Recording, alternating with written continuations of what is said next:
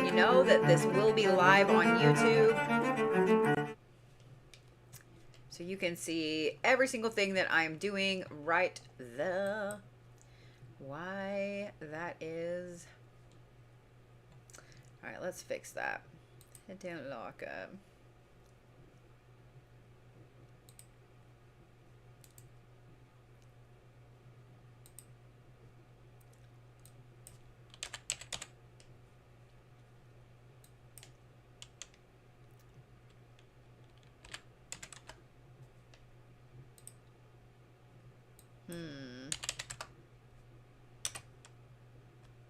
There we go.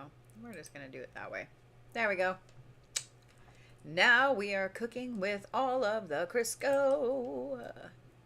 If you guys would like to get on my list, you can do so. I am going to start with Kirby. All the Kirbys.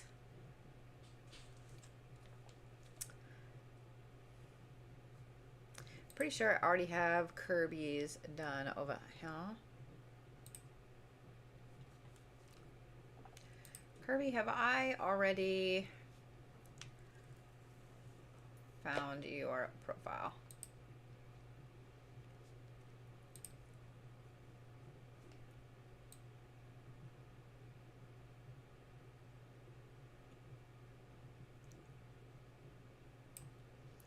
I hate that it does this. It's irritating, I'm not gonna lie.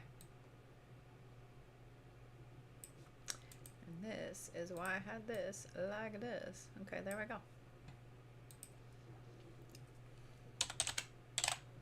It has been a long day. There we go. It's been a long day. I've been in a family reunion this afternoon. I got hot, I got tired. So y'all get hot, tired, Bodhi.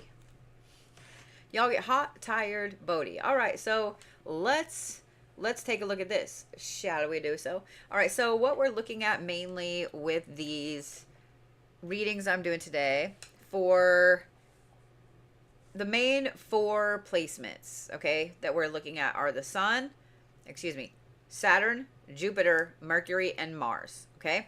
So we're going to be looking at this one right here, Saturn. We're going to be looking at Jupiter. We're going to be looking at Mars. And we're going to be looking at Venus. Why did I say Mercury? Because my brain hurts. Because my brain hurts, and that's why. So let's look at Kirby's. So 2 out of your 4 were in retrograde when you were born.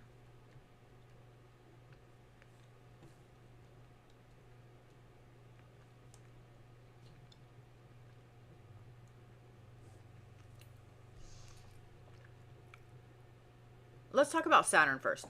This one down here. Okay, it does not tie in with your Venus, so that makes me happy. So we're going to talk about Saturn first, because Saturn is your house of karma, right? Your Saturn is in retrograde when you were born in Scorpio in the 4th house. So what that tells me is that you have always struggled with, and probably will always struggle with, making sure that you and your roots and your home aspect are secure and safe. Even when you know that they're secure and safe, you're still going to have issues with it. Like, you're still going to be constantly in need of that. I hate when I don't have words. You're going to be constantly in need of the promise that everything is okay. I'm glad that your Venus doesn't tie into it, because that tells me that you've never had a problem with relationships. And being a Pisces, you're super squishy. So you have always, you love love. You love being romantic. You love all of those things.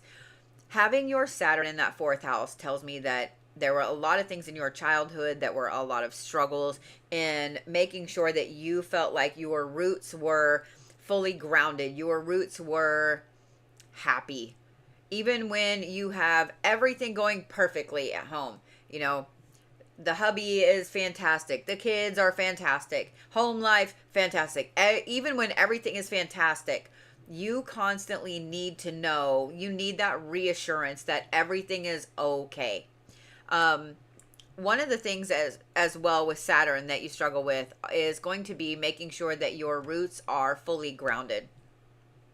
The reason I say that you're super struggling with always needing the reassurance that everything is okay, it doesn't matter how long you've been in a relationship, how long you've lived in a certain house. Like, it's going to always feel like it's not your place. And that is because your Pluto, which is not one we're talking about in this transit read, but your Pluto is in retrograde when you were born as well, meaning that you always feel like home may not be good enough. You struggle with that really deep feeling that it just may not be good enough.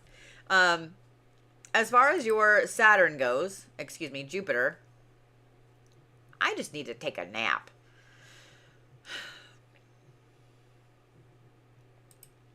This sits in your 6th house, which is your health. It is your work focus, your work ethic.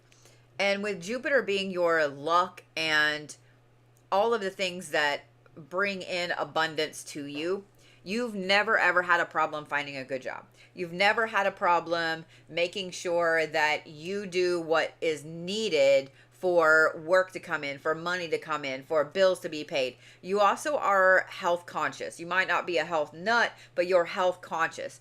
And anytime something goes wrong and you've been needing to go to the doctor, or you need to have something fixed or whatever, you don't have a problem because you are just really lucky when it comes to health stuff. Let's say that you had to go to the hospital and there was a treatment that only one specific doctor could do, and they were like, yeah, but that doctor isn't here today. He might not be here for 2 days or 3 days, and then randomly that doctor gets called up there and he's already there so he can do the procedure. Like, that's what I'm talking about, like lucky with health stuff.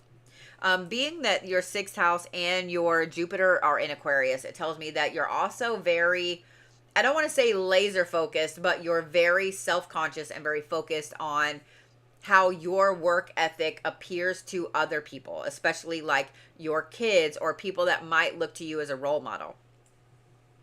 You're very self-conscious with it. Let's talk about Mars, and then we're going to talk about Venus. Both of them are up here in the 9th house, both of them in Aries. The reason I want to talk about Mars first is because, that's the nicer of the two, so we're going to talk about that. But Mars being in your 9th house means that you are constantly learning. You are constantly looking for something that will help you move your human self to the next level. You are that person that is super passionate about learning. You're super passionate about anything at all that comes up that, that got really dark really quick. Anything else that comes up that you throw yourself into. This can come in the form of,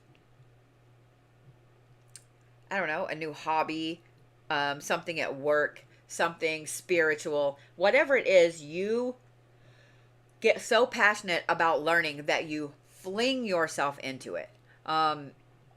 It has its good and its bad, obviously.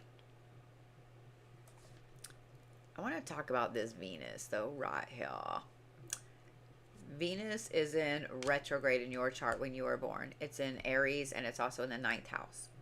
So you have always had an issue with allowing people into your life that they aren't okay. They aren't all there. They aren't on the same level that you are, if that makes sense.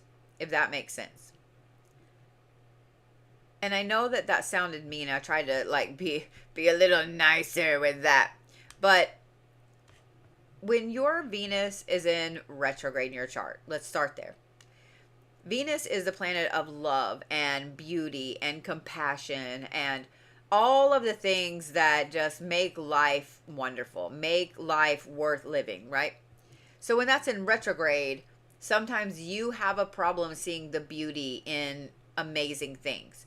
You have a problem with taking in all of the broken people. You have a problem with stuff that could possibly kind of sort of relate to relationships, family, friendships, love, all of that stuff. With it being in Aries, that's a very, very passionate, driven cardinal sign. That is the cardinal fire sign. So you have a problem starting up new things. You have a problem when it comes to maybe starting a friendship or starting a relationship or whatever. You sometimes don't realize that you should be doing this, but you're actually doing this. The fact that it's in the ninth house tells me that even though you have your Mars in the ninth house and you're mega passionate about learning and shoving everything in your brain that you can, sometimes you're very pessimistic with the way that you learn. And instead of it being, oh my God, this book is so beautiful and I've learned all these amazing things about myself and humanity, you're like, what the fuck is this? And why is this? Why am I just learning this now? You get caught up sometime in more of the why than you do the mystical aspects of life itself, if that makes sense.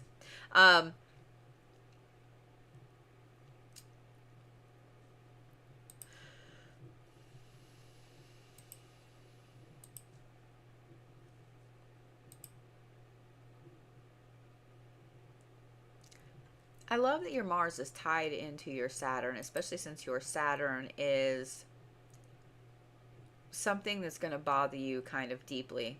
Um, I I know that it's got to be really hard for you having your Venus in Aries and then having your moon in Sagittarius, because that moon means that you are a little bit of a firecracker, because Sagittarius is not just a nice, calm, chillax sign. They can be, don't get me wrong, but when it comes to things like emotions, no, maybe not so much. It's either exploding or none at all. And so this tells me also that with this Venus in retrograde, you have a problem spelling out how it is you actually feel about something sometimes. And so that can come off as cold, or that you don't care, or that you're being mean or whatever. And it has nothing to do with you being mean or any of that stuff. It's just that you feel like you need to be blunt about this situation. You didn't see me yawn. It's been a long day. I find it really interesting how these are spaced out.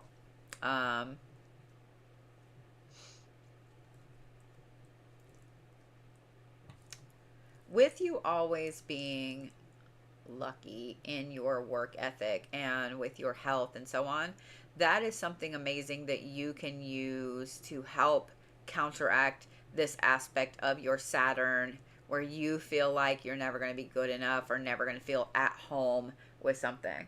And a lot of you guys, as I'm talking about not feeling at home with something, probably really feel that on a deep level, because a lot of different things that have to do with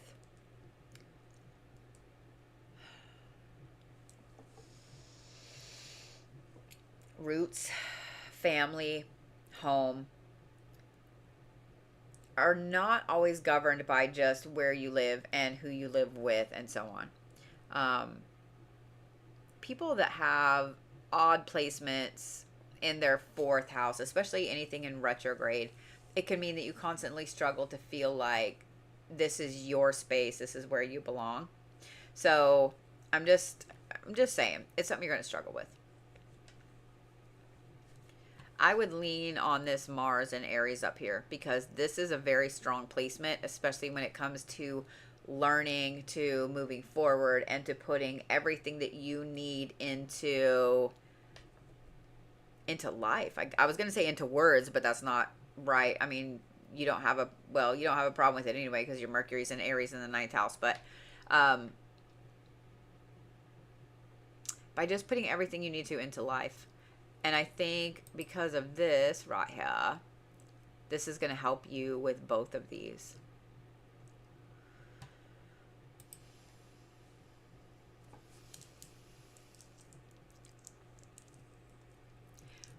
I do want to touch really quickly on Jupiter that matches up with your rising sign over here. Because your rising is in Leo. So it means that you come across like a firecracker. That's a lot of really intense fire placements in your chart. And having your Jupiter directly across from your ascending means that you're very lucky in things whenever you lean into that Leo ascending and into that firecracker aspect, if that makes sense. If that makes sense. I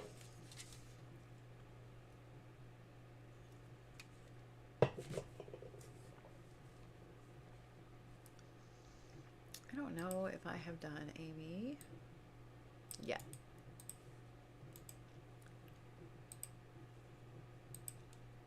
Nope.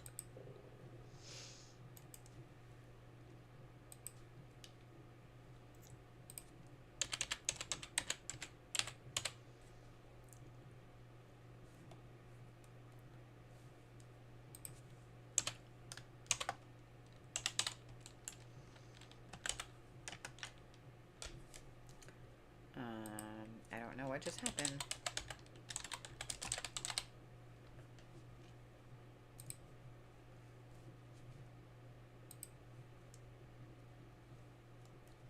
All right. Amy D, this is yours right here. Aw. Thank you, Josh. Thank you, thank you. Are you on vacation? You better be. 3 Sagittarius placements. 3 Capricorn placements. All right, then. 3 Libra placements. Okay. Okay, then.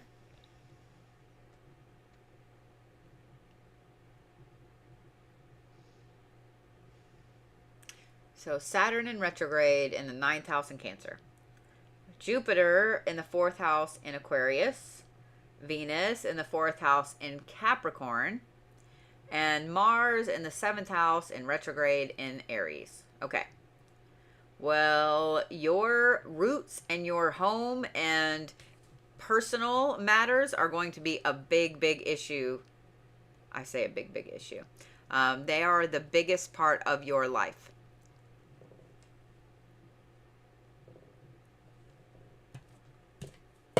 You are super focused on money. You are super focused on the material girl aspect of you, and that's not a bad thing. It means that you make sure all your shit is paid. You make sure that everything is going how it should. And having 3 Capricorn placements, 2 of them being in your mind, your mental place, and then 1 of them being in roots, and this being your Venus, it tells me that you love being at home. You are a homebody. You would much rather stay at home than you would go out and so on. You are a big fan of staycations and staying at home, whether it's saving some money, staying at home, or what. But I want to talk about the Venus placement in general being in Capricorn. So for those of you guys that don't know, Capricorn is actually a pretty squishy sign. It's a pretty squishy sign. They might come across as these hard-nosed, hard-headed, I don't have emotions type of thing, but underneath, Capricorn is very, very sentimental. And so having I almost said your Mercury, having your Venus in your 4th house, which is home and roots and so on, in Capricorn means that sometimes you get overly grounded with being at home. You get overly, I don't want to say stuck, but you get overly happy to just stay at home. Having your Jupiter there, your Jupiter is an Aquarius, so it's not in the same sign, but in the same house. So your Jupiter being in Aquarius means that you have always been lucky with everything to do with home and roots and family and friends and all of those things. That is where your luck lies. That is where the vast majority of all of the good things lie, if that makes sense. When I say that you've always been lucky with home and roots and family and so on. It's not just that, oh, you met your soulmate in second grade and you've been together for 75 years. That's not what I mean. It means that anytime there has been an issue, there has also been a savior come in. And I want you to think back at different times when something really deep or really crazy has happened, especially when it comes to home and roots and so on. And when that happens, what has happened directly afterward? Let's say that you had something happen to your house, like, I don't know, a decade and a half ago, we had a big tree branch fall on our roof during an ice storm and damaged our roof pretty bad. And we just happened to know that the inspector that was coming by on a specific day instead of them just coming by to look at the roof while we weren't home. And so in talking to him, instead of just getting whatever the bare minimum is for it, then you get, I don't know, let's say you get extra. So you're able to redo the entire roof instead of just that little patch, that little part. You see what I mean? Or maybe, something happened and you had to pay a bill that was like $300 and now you don't have $300 for your electric bill, and then something magically happens so that way your electric bill is covered there at home. I just want you to think about all of the times that that luck has helped you with your house, with relationships, with friendships, with family, etc. That's where your luck lies. So a lot of workings for the home, a lot of workings for protection, abundance, anything at all that can be put back into your roots, that is going to have a lot more magical oomph than other things. So let's talk about this Mars placement up here, because your Mars is in retrograde in Aries in the 7th house. You have this, it's so funny because you have two of the placements we're talking about in your 4th house, which is family and, love and roots and friendships and so on. And then you have your Mars in your 7th house in retrograde, which means that even though you have great people come into your life, you also struggle with it. And you struggle with the aspect of, maybe I really don't want a friend. Maybe I really don't want a relationship. Maybe I really don't want to get married. Like, you struggle with this constantly. And that even though you're happy, home is home and you'd rather stay home, all the time, you struggle hardcore with everything to do with interpersonal relationships, like you just do. I don't want to go to your house. I don't want you at my house, but I still like you and I still want to talk to you. Like, it's that kind of level of interesting. This is going to be something that you're going to have to overcome, and I would bet that it's something you still struggle with all the time. So knowing that that's a thing, and knowing that you're going to stress out against anything at all, stress out with anything at all that is an interpersonal relationship, knowing that that's a thing will also help you to deal with it. It's just like when you guys have an anxiety attack and you're able to tell the person you're with, like, hey, I'm having a panic attack right now. I'm having an anxiety attack right now. And just being able to tell somebody that that's a thing usually helps tremendously. Now let's talk about this up here, your Saturn. Your Saturn is in retrograde in Cancer. In Cancer. Whenever you were born in the 9th house when you were born. This means that you have a problem with picking up classes, with picking up books, with picking up information and putting it in your head. You always are going to question things, to fight things, to somebody can tell you the sky is blue. You see that the sky is blue and you know that the sky is blue, but you're still going to try to figure out a way to prove them wrong, because the sky is not blue. That's exactly what this means. It means that every time you start to go learn something, watch a video, read a book, listen to an audiobook, whatever, something is going to happen. Because having your Saturn in the 9th house would mean that you are super connected to your spiritual self and grounding and where you're going. And then having it in retrograde means that not so much. Not so much. You can't focus on it. You can't concentrate on it. And it's just insane. Does that make sense? The other thing that I want to say about your Saturn being in the ninth house, you're going to have to force yourself to learn new things. And I know that you're probably sitting there like, I'm trying to learn new things. I'm trying to learn new things. You're going to have to come you're going to have to come at the problem in a different way than just normal reading the book and it gets put in your brain, watching the video and it gets put in your brain. You're going to either have to do the repeating vocabulary method like you do in school where you write things down 2 times or whatever, or you're going to have to really try very hard to make sure that the information that you're reading and studying sticks, if that makes sense. It's not a bad thing. It's just something that you know that you need to kind of watch out for now. I'm going to quit saying if that makes sense. I'm not. We both know that I'm not. I'm going to continue to say it because I can. Because I can.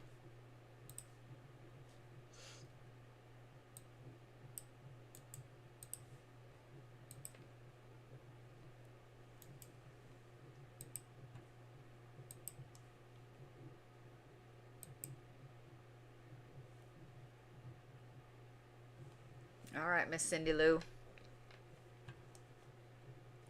So you have Saturn in retrograde and Cancer in the 12th house. Your Jupiter is in Pisces in the 8th house. Okay, I couldn't tell because this looks like it's over there, but that looks like it's on the line. Then you have your Mars in the 5th house in Sagittarius. And you have your Venus in the 6th house in Capricorn. And a Capricorn moon. Okay. Wow, dude, you fight yourself so much. A Sagittarius with a Cancer rising and a Capricorn moon. And Capricorn and Cancer are directly across from each other in the zodiac. Yeah. You fight with yourself like crazy, Cindy. All right. Trying to get all comfy here.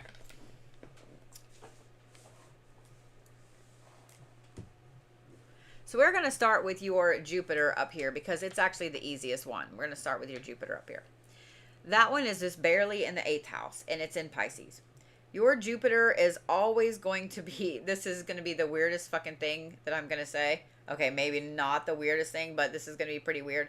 And I want you to just think about this for just a minute. So with your Jupiter in the 8th house, it means you're very lucky with interpersonal money. So like anything at all that has to do with other people's money entangling with yours, whether it's in a business, whether it's friendship, relationship, whatever.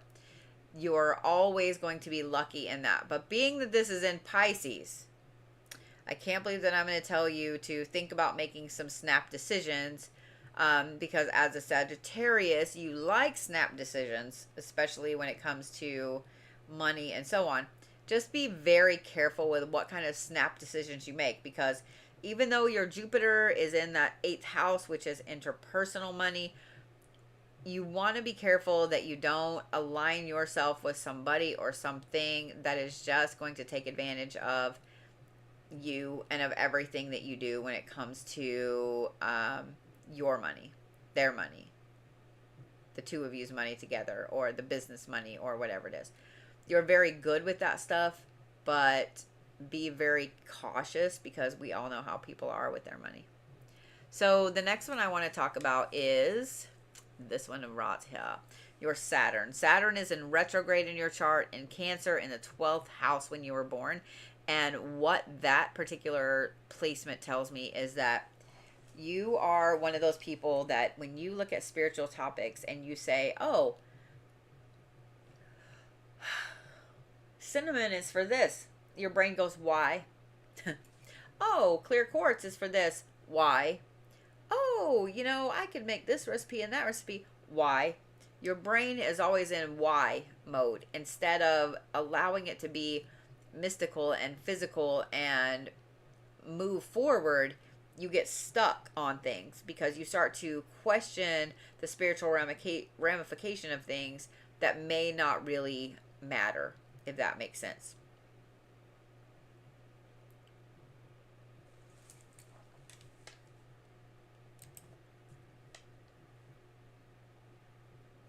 Okay.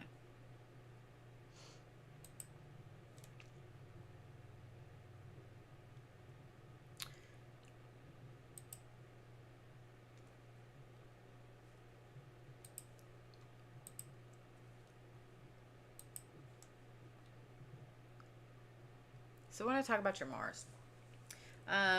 We'll talk about your Venus last. Mars is in your 5th house, which is in Sagittarius, just like your sun sign. This is inner child work. This is creativity. This is basically all things creative around you. One of the things with your Mars being in the 5th house is that you 100% could be a creative powerhouse. You whyed your mom to death growing up. That's funny. Especially since I just said that you were like, why? Why is this a thing? Your Mars being in the 5th house tells me that you get obsessively passionate about maybe some new aspect of painting or drawing or singing or playing music or whatever Cindy's creative outlet is. You get extremely mega passionate about it, and you might be ready to go buy 4 or 5 guitars so you can learn to play the guitar, and then get them home and maybe use them for a week. That's the kind of thing that this can spur, especially with it being in your creative house. The other thing that this Mars is interesting with in this placement in your chart, etc., is that this is your inner child house, and this is also where your sun sign and your Mercury sign are. So in other words, we're not going to fight with Cindy because Cindy can really, really sling the mud in verbal warfare. So we're not going to argue with Cindy. But the second thing is that this is a great way for you to work on a ton of inner child work by simply doing things that maybe you didn't get to do as a kid, or planning to do things that you didn't get to do as a kid. Looking for different ways that you can work with your own inner child and make sure that you're not having a bunch of blockages with it. And I said blockages on purpose because people are going to get stuck in any kind of bullshit with the 5th house with your inner child. You fall down the rabbit hole of wanting Play-Doh, and then suddenly you have 90 colors of Play-Doh. So I think I rambled about that long enough. You get what I'm saying.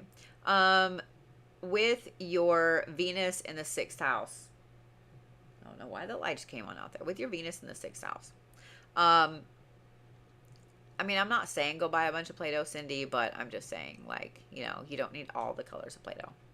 You do need all the colors of Play-Doh, but don't listen to me because that's going to make it worse.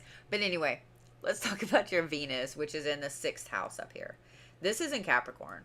Your Venus in the 6th house in Capricorn is all about your work ethic. In other words, you are passionate about work and passionate about being a workaholic.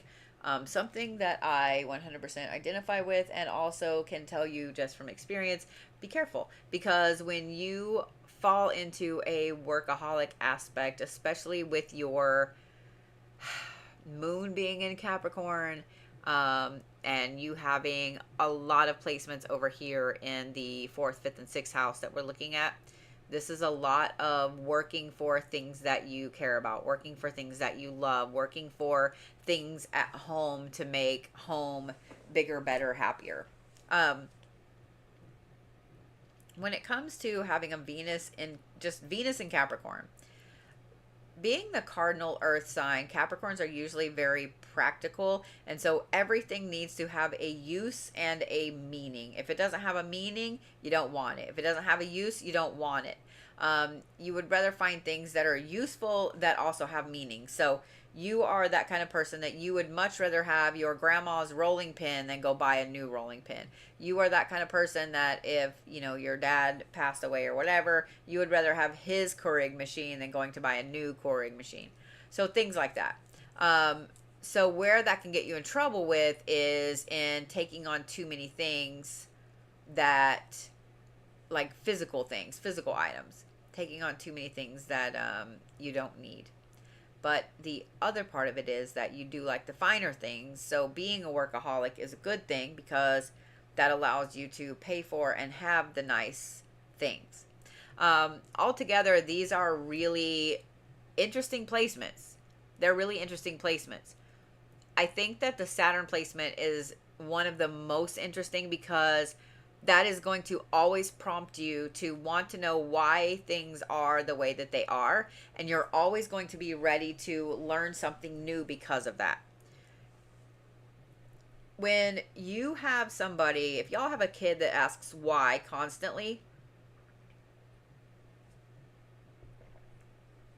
help them find out.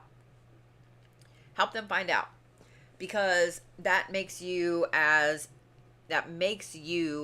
that kid into a very well-rounded adult that is always going to research things before they jump on board with a job or a project or a relationship or whatever. So I love that your Saturn is over there, even though some people are like, oh my God, it's retrograde in your chart. Oh no. I think that it makes you a stronger person, Cindy. I'm just saying. Does that make sense?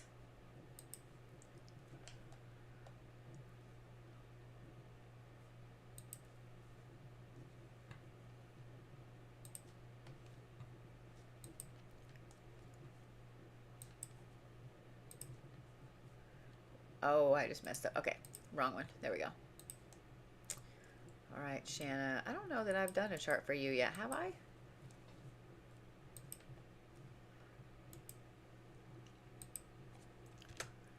I have not.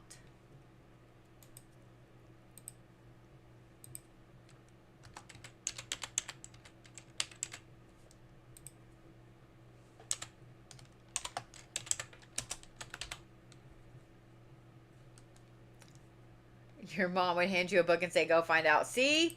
I love that because I just know too many people that didn't have that. So I love that your mom was like that with you, Cindy. You are so welcome. I'm glad that made sense. So I am just going to let you guys know I don't know how many of these I'll get to tonight. I'm going to get to as many as I can tonight.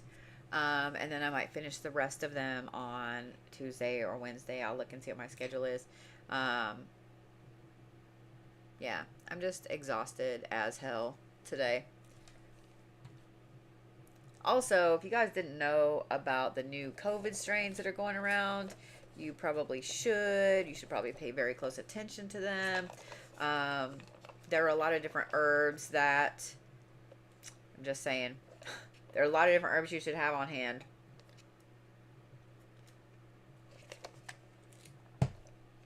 I know a lot of people that have these new strains right now. All right, Shanna, are you ready?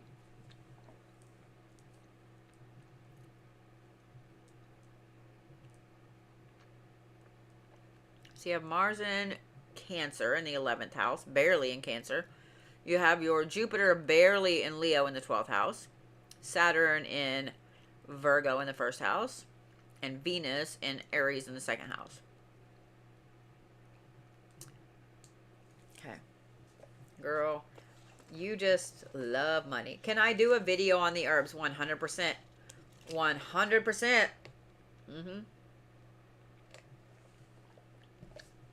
100%.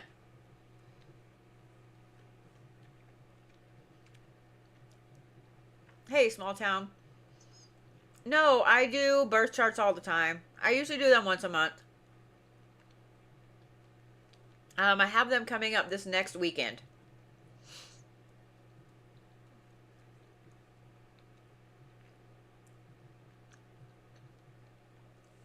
That's a good question, Sue. Does this change every month or is this static? This is someone's birth chart. So this is what happened when they were born. Okay, you got it, small town. Yeah, I've got them coming up this coming weekend. In fact, I've got past lives this week and birth charts this weekend.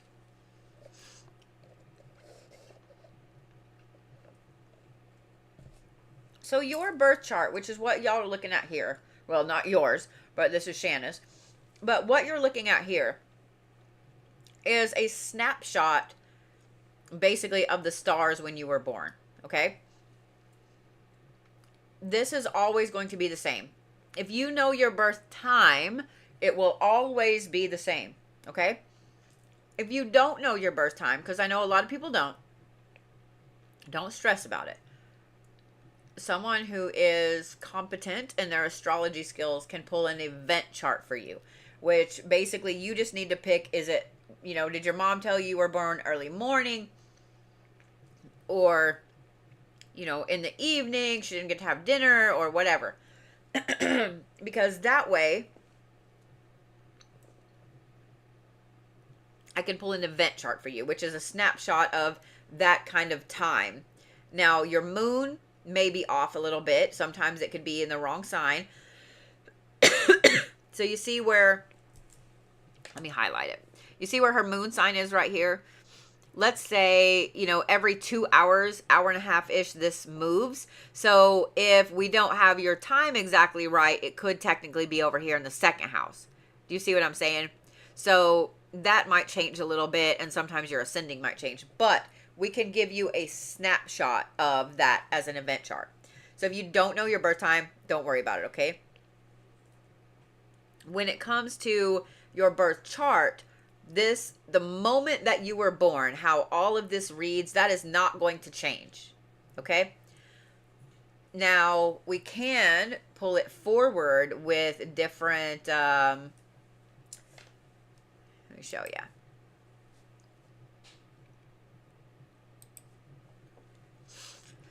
So this is Shanna's birth chart right now. This is moving it forward to right now, today, in this moment, 8:44 p.m. Central Time. See how her moon was down here in the second house and now it's up here. So I can say, oh, okay, well, your moon was in Virgo, but now it's in Gemini, which is why you're feeling the need to talk about emotions more. And because now it's in the 8th house, you're feeling the need to talk about money that goes along with, let's say that Shanna's married. You're feeling the need to talk about money with your spouse, retirement, etc., where before you were focused mainly on yours. Does that make sense? Let me get this back to where it was.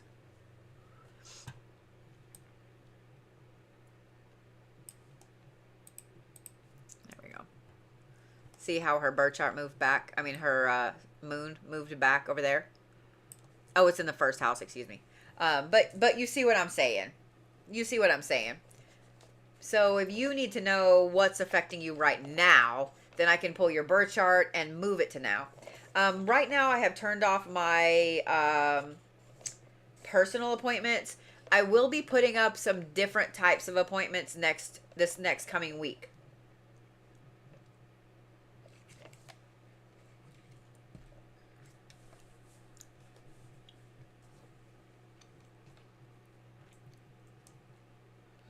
The past life reads are on the website for you to purchase, yes. Which author or version of Key of Solomon's books, please? They all should match up. They all should match up. I would recommend getting just a translation. I wouldn't recommend getting somebody's interpretation of them, okay? There are no dumb questions. How come the lines in the middle spread out more in some birth charts than others? That is actually a really good question. It's not a dumb question at all. Are you talking about these lines here in the middle? These are how these different placements coordinate, argue with others, okay? So let's look at Mars. So Mars, her Mars is, oh, I just fucked it. Hold on. There we go. So her Mars is sextile, right there, with her sun and her moon, and it's contra-parallel to her Neptune, which means that some of them would be separating. You see over here it says separating. So like her Mars and her Neptune, which is her passion and her, you know, goals and hopes and dreams and fantasies and so on, that those two are arguing, okay? So what she wants to do versus what she loves to do are like fighting, which sounds weird to say, but the ones that are applying her Mars and her Sun means that those two are like this, that they're coming together. I'm trying to explain it like as easy as possible with that.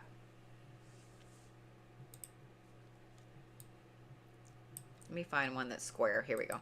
So her Ceres is square. In other words, these two are getting along really well. These two are not getting along so well. So it's all about looking at what they are in touch with. There we go, for lack of a better term. So some people's birth charts, like this one right here, only have a few lines in the middle. Yes, basically it's a measurement of how close they are and how they're interacting with each other. How well do you play with others? How well does your Mars placement play with all the other placements? How well does your Saturn placement play with all the others? Does that make sense?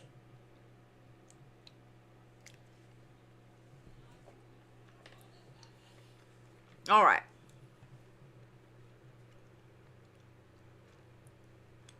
You are welcome. So sometimes I was looking to see if there was a placement she had that doesn't have anything.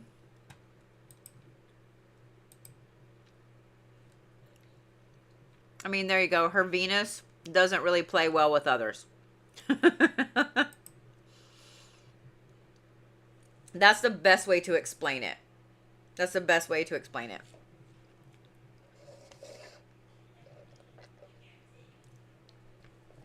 All right. So we are looking at Mars, Jupiter, Saturn, and Venus.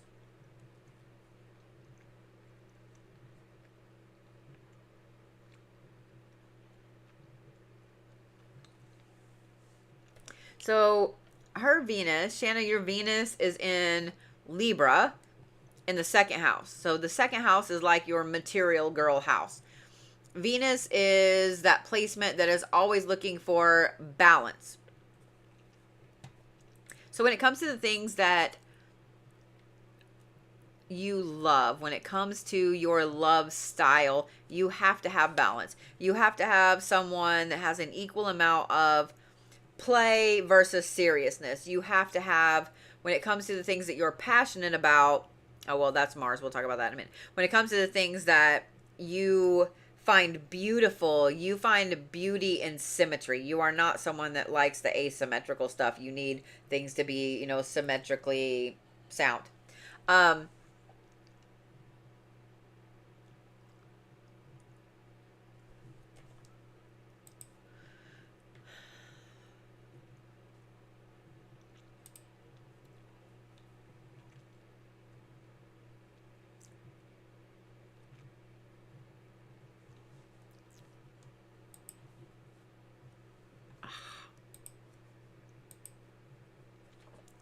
The one thing I do love about your Venus, I wanted to make sure that it was tied together like I was looking at. The one thing I do love about your Venus is that it's tied in with your Mercury. You love communication. You love communication about material things especially. So you love the idea, your idea date is talking about the future. Your idea, not date, but your idea way of connecting with somebody is to talk about the future. Your idea of really showing somebody that you care about them is talking about the future of your relationship and so on. So as long as you have balance, you feel happy. As long as you have balance in yourself, you feel beautiful. You feel enough, good enough. Does that make sense?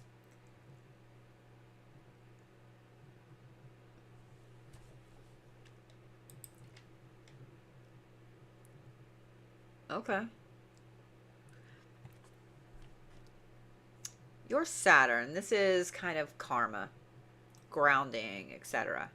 Is tied in with both your Neptune and your Uranus. So one is your goals and how you work towards them, and one is your fantasies and hopes and dreams.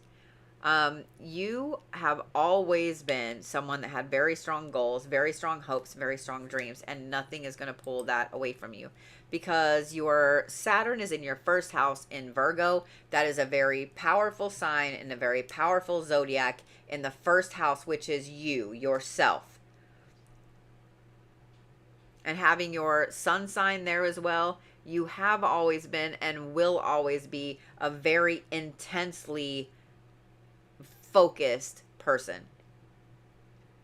Being a Virgo, you're also a perfectionist. So one of the things that is, I don't consider it bad, but other people that are very squishy might consider it bad. You get very hyper focused on goals and dreams and so on, and sometimes you forget the practical things on the end. You forget the practical aspects of life, of you, etc. Since you only have one placement in the fourth house, and that one, oh, that one's in Sagittarius, so that one's a very, very big one. But that is how you picture your roots. So you have these ideal versions of your house, of your relationship, of anything that puts roots down for you, family, etc. And when it doesn't live up to that, you get disappointed in yourself and you take it personally because not only are you a Virgo sun, how the hell? You are a Virgo sun, a Virgo moon, and a Virgo rising. So you overthink every bit of that and you take all of it personally. Dude.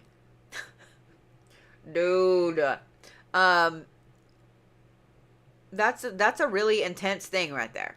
For you to have a triple placement in one sign, that's very intense. I want to talk about this one a little bit right here. This one comes across as being too cold sometimes, and your Jupiter is in, I almost said Libra, is in Leo in the 12th house. Dude, you could not be more passionate about your spiritual self if you tried. That is where your luck lies. Having your, what is wrong with my words? Your Virgo and Venus, having your Jupiter in Leo. Brain be not braining. Having your Jupiter in Leo means that you are super passionate about anything at all that comes into play with your spiritual self. So the reason I said it that way is because you might be super uber passionate about crystals one day, herbs the next day, ritual magic the next day, dowsing rods the next day, like whatever it is that's come across your peripheral that this is what you're passionate about, you're going to be super lucky in doing that. So you're kind of a jack of all trades when it comes to spiritual stuff. You can pick up a pendulum when you feel passionate about it and get every right answer possible. Then maybe later on you get super passionate about herbs and you magically get it magically. You get all of these books that just come your way like this. All of the knowledge just sinks in just right. So as long as your passion is aligned with what it is you're wanting to learn, and we're going to talk about the passion in a second with the Mars, as long as that is aligned, you're always going to be super lucky in those things. So it's like being a jack of all trades, master of none. Is really fits you in the spiritual sense right here. Although I say master of none is probably not the best thing to say, because I'm sure there are some things that you will easily master and probably have mastered. So let's talk about your Mars, which is in Cancer in the 11th house. You are super, super passionate about anything that helps other people. Being a Cancer, you just want everybody around you to be taken care of and happy and calm and so on. Being that your Mars is in Cancer in the 11th house, you are one of those people that you 100% are driven to fix things for people. To fix things for people. When it comes to your spiritual self and that Jupiter placement, your Jupiter doesn't really align with anything else in your birth chart. See, does not play well with others. This is not going to affect this, and this is not going to affect this. This aspect of you with your spiritual self, I feel like I need to tell you this, is always going to be alone, like in a standalone computer over here, where everything else is on this computer. Does that make sense? Like, let's say that you have a bunch of little computers in your brain. One is just for that Jupiter placement.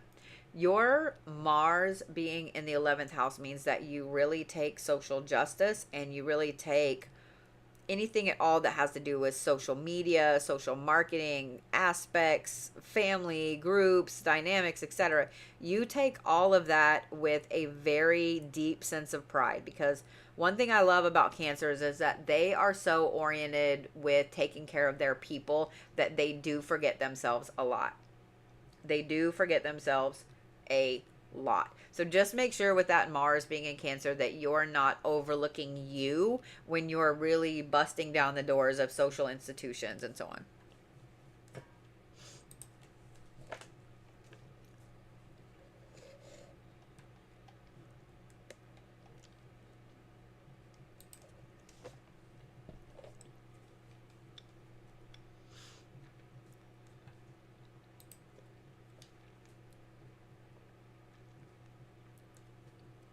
So is this, am I reading for Dana or Kate? On this one here.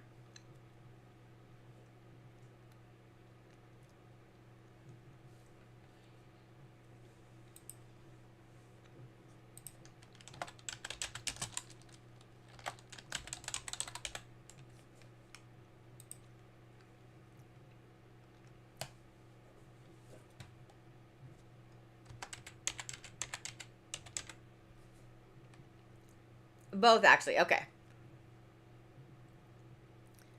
Twins? Like, is that what I'm seeing? Since both of you, do both of you have the same birth date?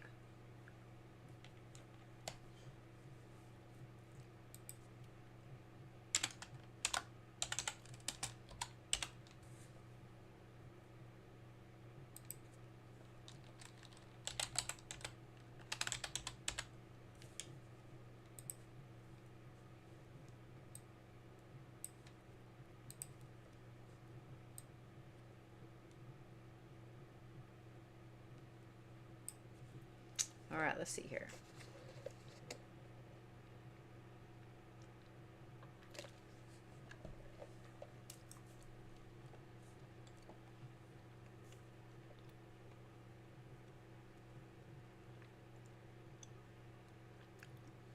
Oh, just Dana? Okay.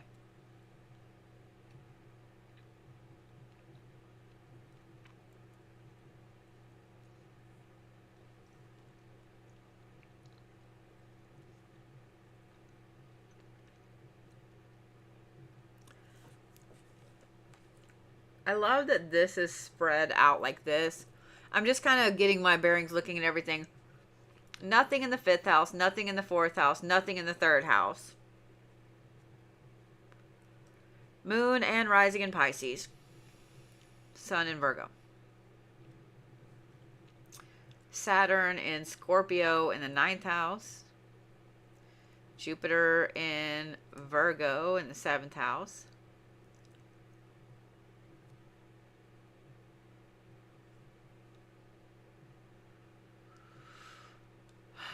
Venus in the 6th house in Leo. And Mars in retrograde in Pisces in the 1st house. So let's start here.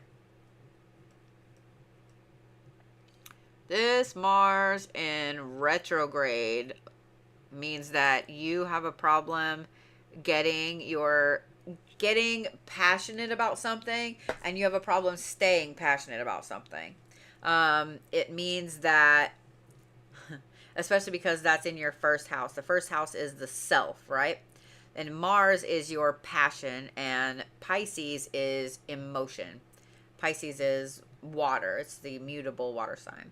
So you have a problem getting motivated. You have a problem being passionate about anything. It's like you might get passionate about something and then lose it at the exact same time.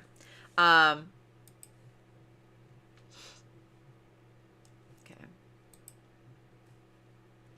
And it's something that you fought a lot because it's tied into your Jupiter.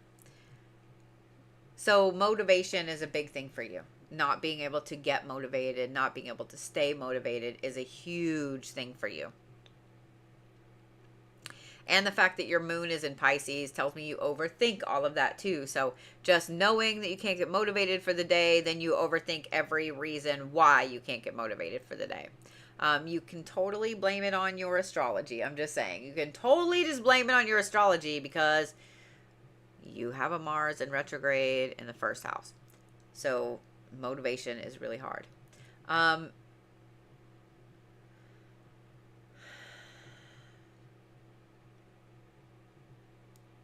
Except for learning, especially when it comes to higher learning and philosophy. Having your Saturn in the 9th house tells me that you are very drawn to a lot of higher level ways of thinking. You are very drawn to philosophies, to paying attention to any of the things that are going to expand your brain. When you find something that allows you to open your mind up to something new, even if it hurts your brain, you're going to do it. What's up, Mike? You're going to do it. Saturn being in the 9th house tells me that you have always been lucky in finding the exact thing that you needed to hear at that moment when it comes to higher learning. You could pick up a philosophy book, just randomly go and just do this on the philosophy shelf and just go boom and pick out a book and it be exactly what you needed to hear. Your talent, the thing that you're really grounded in and rooted in, is philosophy, higher learning, travel, etc. And being that placement is also in Scorpio, that can get you hyper fixated on a lot of those things that some people may not give a shit about. I love that shit. But some people may not give a shit about because they're too busy doing other things to care about higher learning or travel or philosophy or whatever. You're always going to be very grounded in there. That's always going to be the safe place for you. Does that make sense? Like to feel more like yourself. That is going to be the calm down space for you.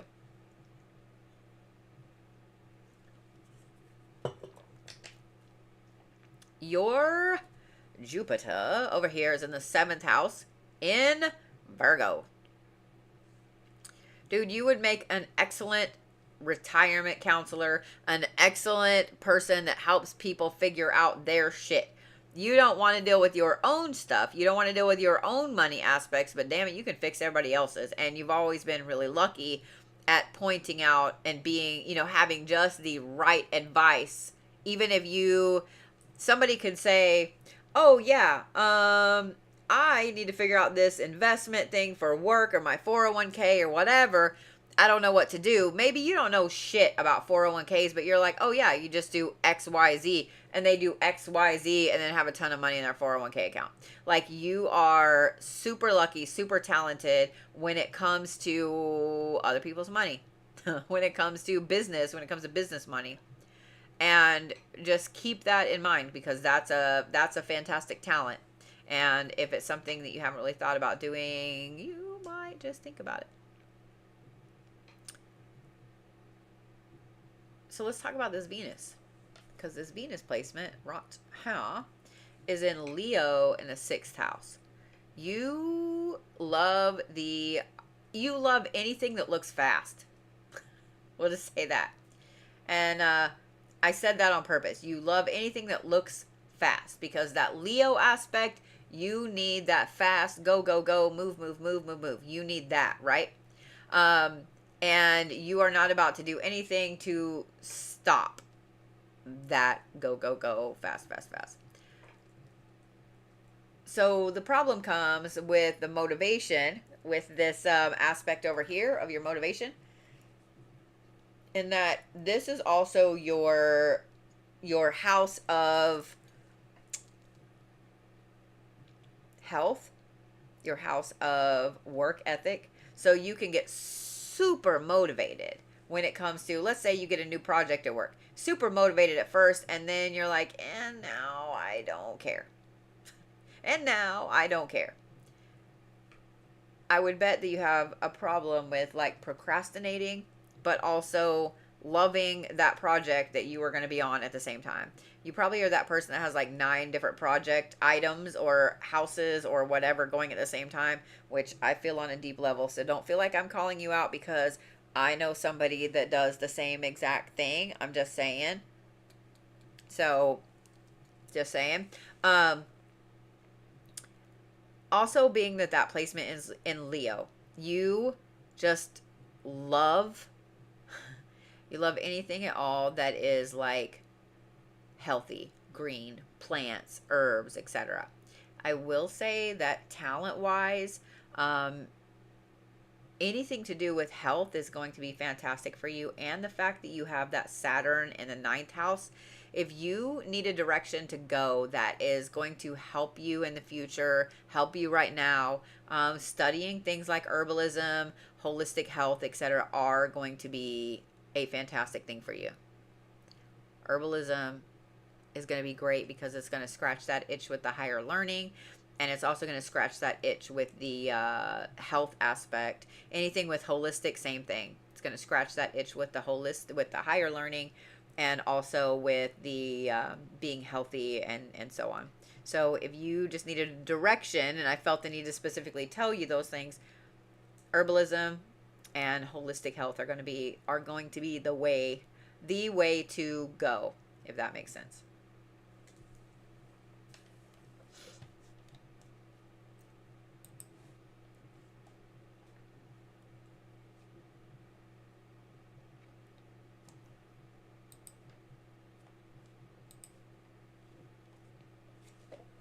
Pandora is next.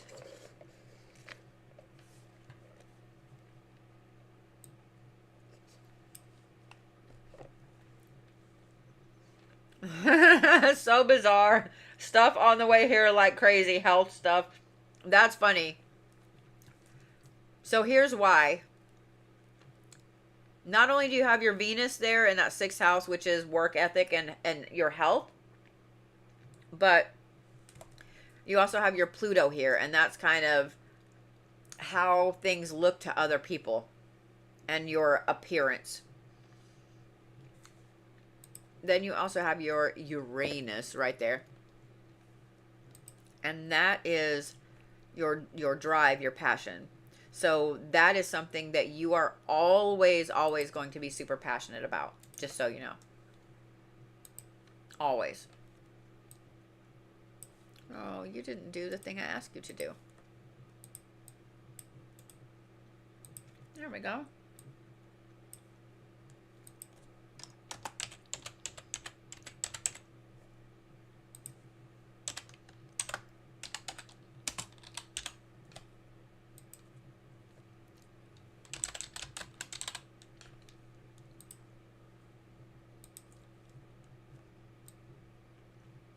All right, let's look at the Pandora here.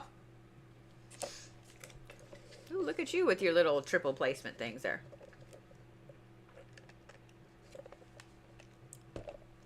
All right. Saturn and Taurus in the 5th house. Venus and Gemini in the 6th house. Okay. Jupiter and Libra in the 9th house. Mars and Sagittarius in the 12th house. Okay.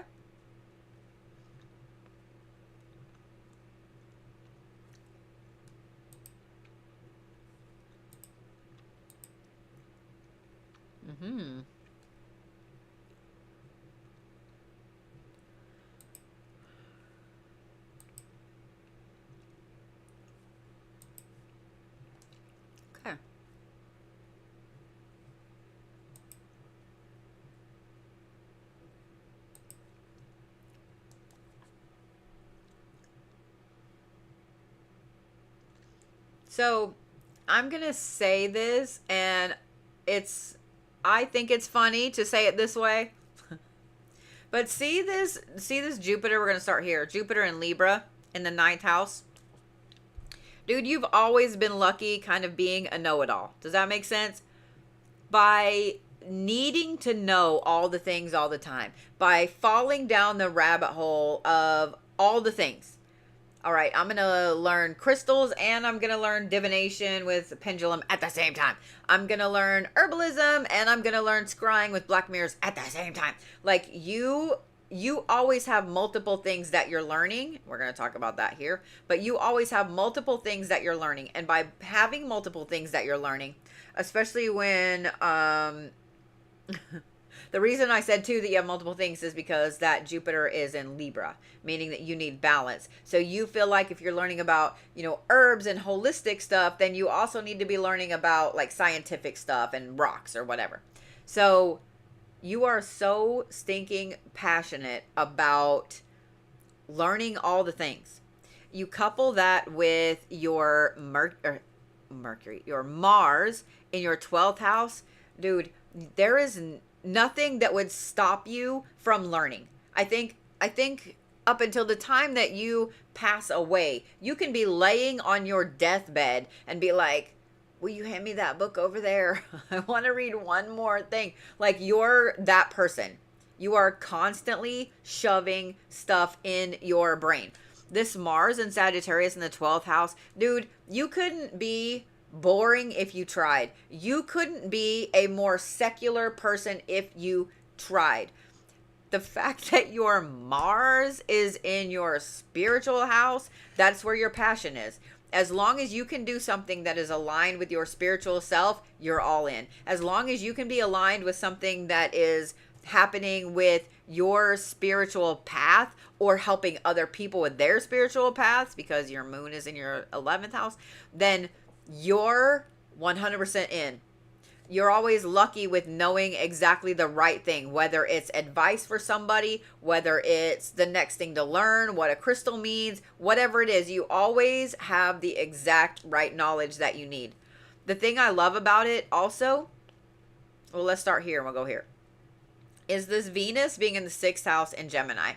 Gemini is a really interesting sign to have Venus in because it's a lot like Libra in that you need a ton of communication, whether it's writing, talking, texting, whatever. You need a ton of communication, and at the same time, you need craziness. Like, you need super stark learning, like white institutional aspects, and then you need the crazy, colorful, over the top, somebody took 9 hits of acid type of thing. You need them both at the same time. So this is your work ethic. And this is another reason why I said up here that you love knowing this and this. You need to be learning this and this at the same time. So you're learning something that really is truly healthy and helpful, and then something absolutely crazy over here. Your Saturn being in Taurus in the 5th house. You're always going to be really grounded when you can do something creative and when you can do something that makes your inner child happy. I love that. 100%. Yep. That makes your inner child happy. So I think that ties in very nicely with the Venus and Gemini in that you need that childish aspect to make that part of you happy, and at the same time you need this adult aspect of go hardcore to make the other side happy. All in all, I would say that you are a pretty powerful spiritual person, especially when it comes to helping other people, and especially when it comes to being able to utilize anything that has to do with really anything that has to do with helping other people, because your sun and your Mercury in your 8th house, which is like interpersonal money, interpersonal relationships in general. So as long as you are able to shove all of the amazing things in your brain that's going to allow you to be helpful to other people, especially in a spiritual aspect, that's what you need to be doing. I don't know what you do right now, but that's 100% what you need to be doing.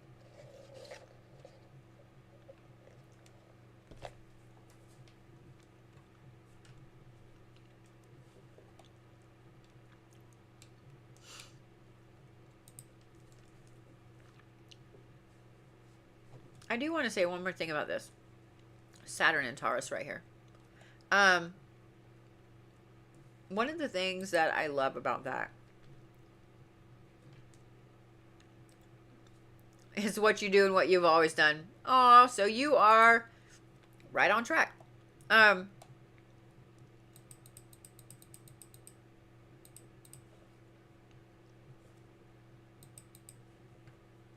So you are right on track.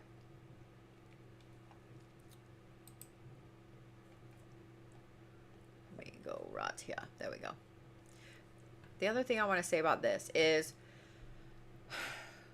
make sure that you're balancing out the craziness of the inner child aspect with something that is very firmly creative.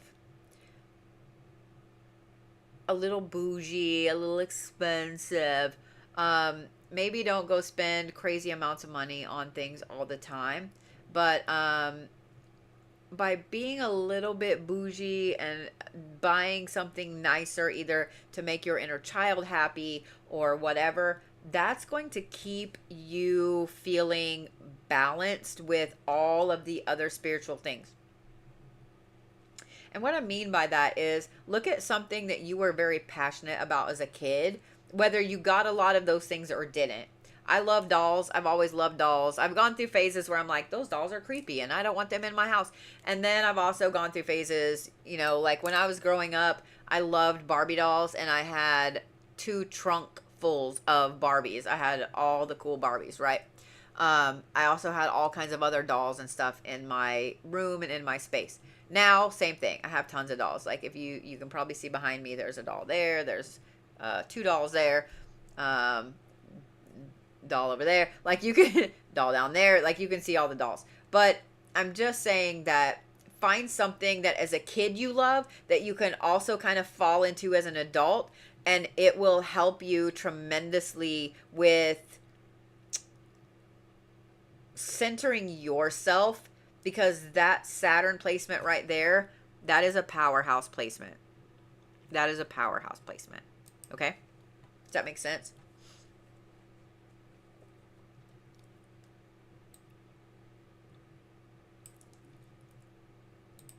Let's see how.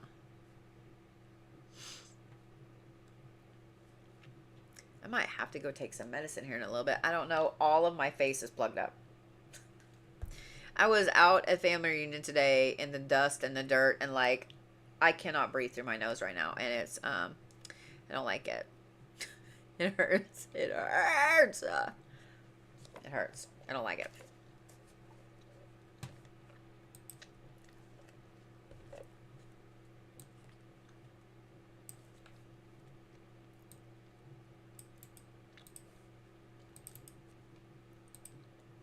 All right, Marvin.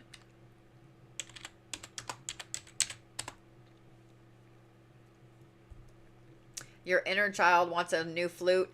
Dude, do you know the kind of amazing flutes that you could collect? I'm just saying. I'm just saying what I'm saying.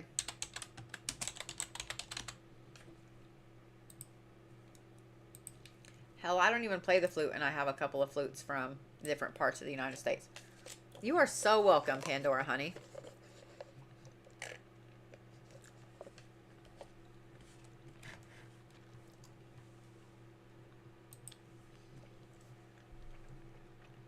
All right, Marvin, you ready? Dude.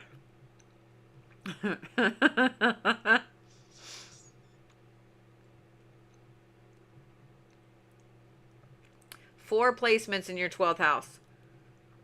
Your Sun, your Jupiter, your Neptune, and your Mercury. You could not be... Now here, let me move myself on TikTok so you can see. There we go. You could not be more connected. We're going to start with this. You could not be more spiritually connected if you tried, dude.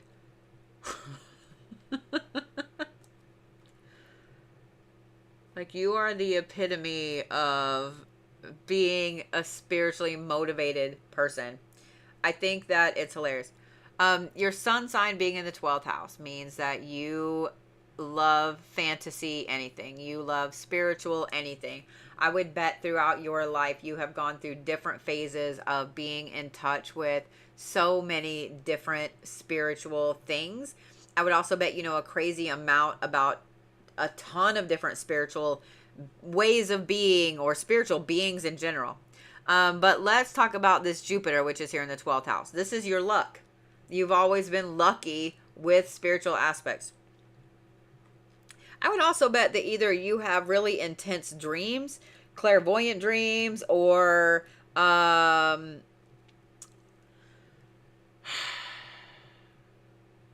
would bet they're clairvoyant dreams. I would bet that that you have very intense dreams that boost your intuition. Especially because your Jupiter is in Scorpio. That's a very powerful placement. Your Jupiter is also tied in with your Saturn down there in retrograde. And we're going to talk about that in a minute. I would bet that as a kid, everybody told you that you were an old soul. I would bet that they all were like, oh my God, your soul is so old. I would also bet as a kid you had more friends that were older than you versus friends that were the same age or younger. You have always gravitated towards older things, older people, etc. Because your Saturn down here is in retrograde in your chart when you were born in Taurus in your inner child house. So you have always struggled with feeling like a kid when you were a kid. You don't struggle with feeling like an adult now that you're an adult, but you struggle with a lot of things from your childhood because of this Saturn being in retrograde right here. And being in retrograde in your inner child house means that you never got to scratch that itch with a lot of stuff with your childhood. So this is always going to be a point of contention with you. The other aspect about this is that Saturn is in retrograde in your creative house too. You just started your spiritual path about 3 years ago. Oh, I love that. You've always struggled with creativity as well. Well, you're a Scorpio, so you probably overthink it. When it comes to creativity, you can force it, but it doesn't always pay out. We'll say it that way. You have to learn to be abstract, if that makes sense. I've always been really good at abstract art, like really good at it. And so I don't understand when people can't wrap their head around abstract art. But with the opposite way, I used to be good at realism when I was younger, and I absolutely can't anymore. So I can't, as an adult, wrap my head around how people do realistic artwork. Does that make sense? So it's basically trying to train your brain to be different when it comes to abstract thinking, abstract creativity versus on the ball, I'm super grounded and all of this stuff. But I want to talk about this right here. Your Venus is in retrograde in the 11th house, and it's in Scorpio. I'm kind of giggling internally at this, but only because I feel this on a deep level, and some of you guys will feel this on a deep level too. You have such a hard time telling somebody that you care about them. You will skirt around it all. Instead of just saying I love you, you're going to be like, oh, you have the cutest feet. You know what I mean? Like, you will skirt around saying that just I love you, I care about you. Like, you have the hardest time just saying that, those straightforward things. Because as a Scorpio, you love to be straightforward. Having your Venus in Scorpio, love to be straightforward. Having it in retrograde means that your tongue goes da da da, and you just can't say it. And you just can't say it. So people have probably always thought that you came across a little bit cold, and having your moon up here in Leo, you get mad when they're like, oh, you're really cold, and you're like, no, I really do care about you, and so on. But Venus being in retrograde in your 11th house tells me that it's also sometimes hard for you to understand social justice, social aspects. I don't want to say social cues because I don't think that's right, but sometimes you don't understand why a movement is a certain movement, why something is blowing up on TikTok and you're like, that's dumb. Why is that? I don't understand. So there's a lot of things with your Venus specifically that are that hold you back a little bit. We're going to talk about that more. I just want to get to these two and we'll kind of touch on that again. But your Mars is in your 10th house, which is your career house, which is your passion for working, and it's in Libra. Being that it's in Libra, you 100% love to be a workaholic. You love to work because you love the monies. You love to be able to pay all the bills. You love to take care of the people that you care about because you Scorpios are super freaking loyal. So you love to take care of everybody but that you care about. But the problem with it comes with this Libra aspect. Okay, you don't have any Cancer placements. I was looking to see. Oh, you do have your moon in Leo. Yeah, you tend to give everybody money, way more money than you have. You tend to work yourself to death out of loyalty, without proper compensation, if that makes sense. But you love to work and you're always going to love to work, so you're going to keep doing it. Your Saturn being in retrograde down here, we talked about this slightly. 100%. We talked about this slightly. See how this is tied in right here? This is why I was like, I want to talk about the Venus and stuff again. Literally, your Saturn is tied in with the other three placements that we're looking at. So you need to find a way to actively force that creativity and that inner child aspect out when it comes to your career, when it comes to love and what you feel is beautiful, especially that. And then also with your spiritual self. And I know it's like, wait, how do I force that with my spiritual self? I wish I could be like, here's what you do. But everybody has a different path. And being that you, I mean, that's a lot. That's 4 placements in Scorpio, or 4 placements in the 12th house, 2 in Scorpio.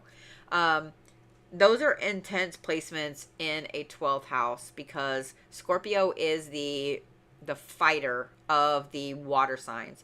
You're always going to be diving down very intensive aspects of spirituality.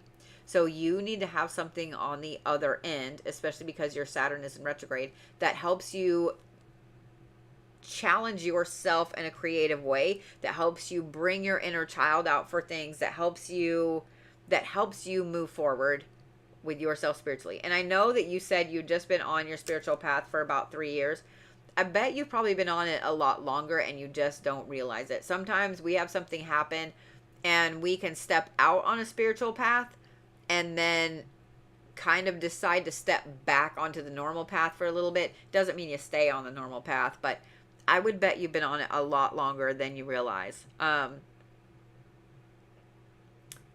last thing I want to say, and we're not really talking about the moon placements in these different ones, but your moon being in Leo in the 9th house up here, this is a very powerful placement because it touches on a few different things in retrograde and then also your sun and your Jupiter.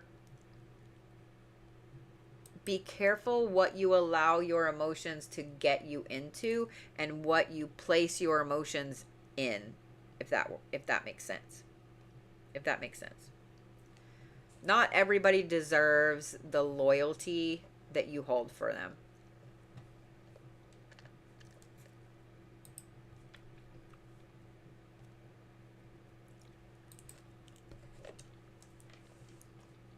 Why aren't you doing the thing? There we go.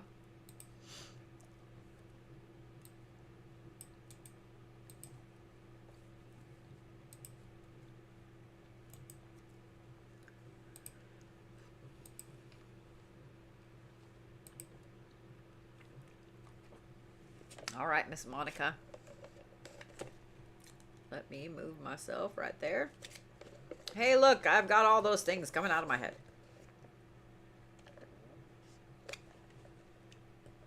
Well, on TikTok, not on YouTube.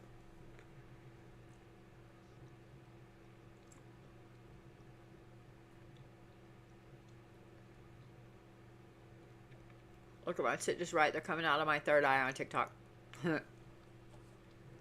All right. Jupiter in the third house in Taurus. Venus in the third house in Taurus. Interesting. Saturn and Mars in the sixth house. Saturn in Cancer and Mars in Leo. Okay, Miss Monica.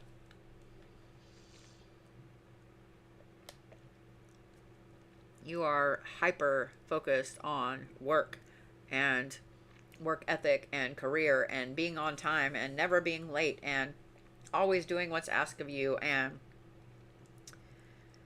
woo.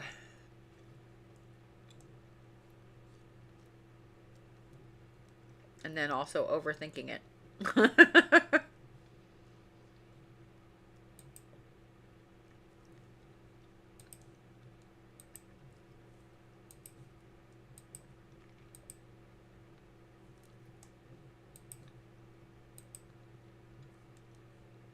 Okay.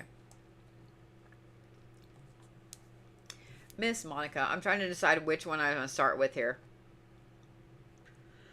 I say we just start here and work our way that way. So the third house is like your mind, okay? Your mental self.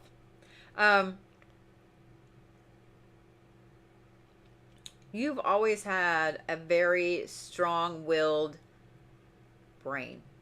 When it comes to having your Jupiter here in Taurus, some people are not very tough mentally.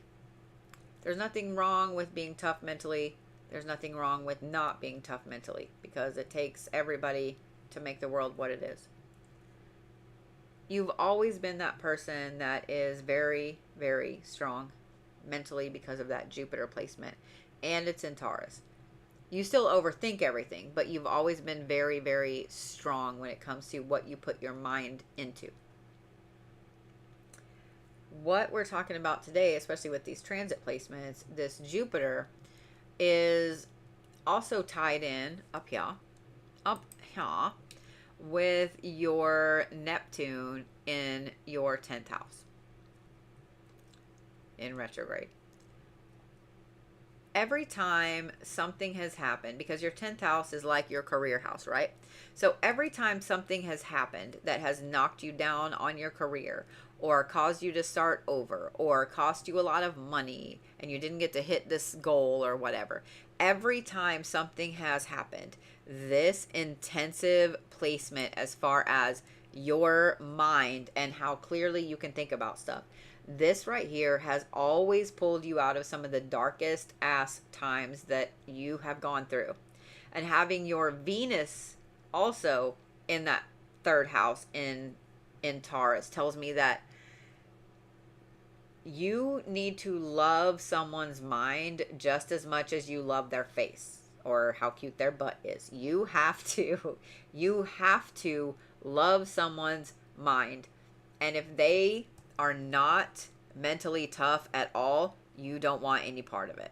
You look at someone who is very mentally strong as a success, as someone that is I don't want to say protector, but if you don't have someone that's mentally strong and you always have to be the strong one, you're going to get burnt out on that relationship, whether it's romantic, friendship, family, coworker, whatever.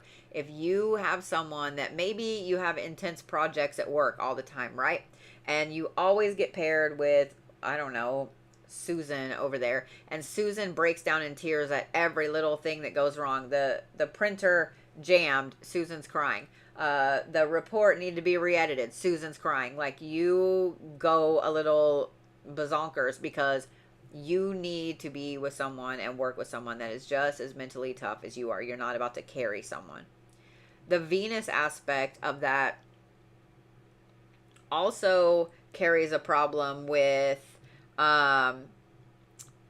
being a little too cold when it comes to love. And I would bet that people have called you intimidating. I would bet that they have said different things like that where they feel like you're not giving as much as they think you should. It's just that you need to feel completely safe in a relationship before you ever give anything at all. Tauruses, well, earth signs in general, have a very hard time of getting to the point where they actively trust somebody. Once they do, you can't get rid of an earth sign. I mean, an earth sign will stick around through all kinds of bad shit, but it takes a while for them to be all in. So let's talk about these two right here, because this is your work ethic and your how you view your health and so on. So that Saturn being in Cancer, dude, this is your karma. So you have always, and having your Mars there as well, you've always found just the right job at the right time. May not have always been your dream job, but you've always found the right job at the right time. And I want you to think about different times in your life where you've been looking for a job, been putting out resumes, been putting out, applications, etc. And then suddenly you're like, wow, okay, here's this perfect job for what I need right now. Maybe you need a job that's, my nose is itching, somebody's talking about me, that is close to your kid's school. But you weren't really looking at jobs very close. And then somebody contacts you and says, hey, I saw your resume on, whatever, and I'd like you to come in for an interview. And now you're less than half a mile from, your kid's school or whatever. You've always had the perfect job just fall into your lap. You've also always kind of been lucky with health stuff where you dodge bullets all the time with it. Make sure that you're taking advantage of the good health to keep it good, though. Okay. The other thing, talking about this Mars placement right here, right there, is that you're super passionate about work. You're super passionate about being a workaholic, and kind of like other people I've read for this evening, you're not going to take no for an answer when it comes to work. Your happy place is work. Your passion is work. All of the things that you are passionate and driven about have to do with your career, with work, with money, etc.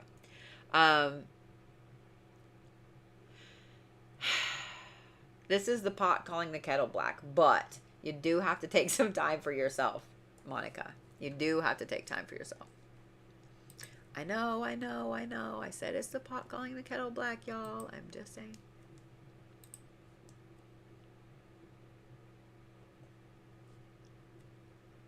All right, Rachel is next. Have I pulled a chart for you, Rachel?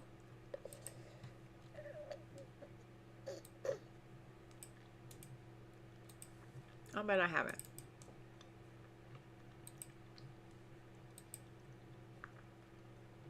Yes, Miss Monica.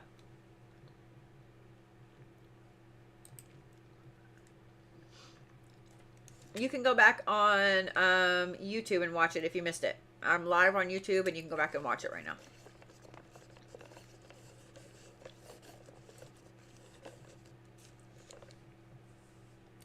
Rachel.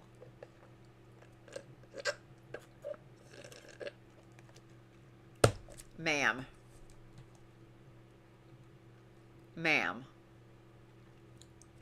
1, 2, 3, 4, 5, 6. Now that's with series. So if we're looking at ones that don't have series and Juno in them, that's 5. Ma'am.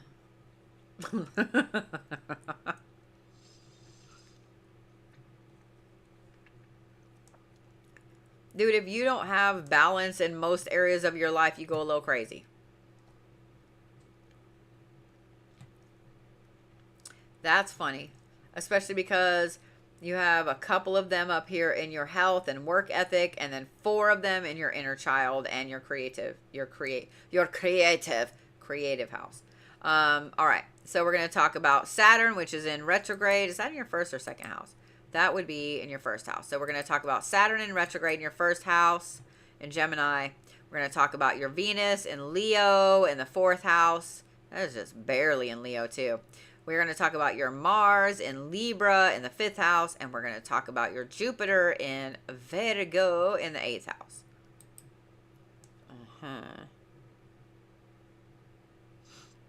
Capricorn, excuse me. Not Virgo. Capricorn.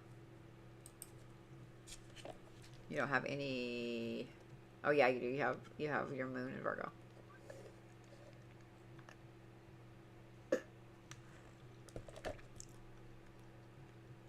So for those of you guys that are wanting to know what software I use, this is professional astrology software. It does not give you any type of cheat sheet.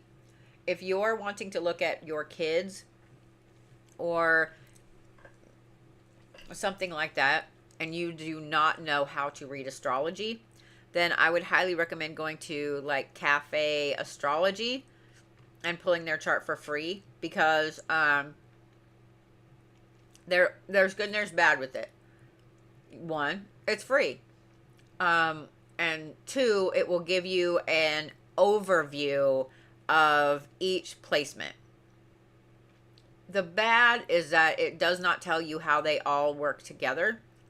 Let's just say you have your, well, like here, Jupiter in Capricorn in the 8th house.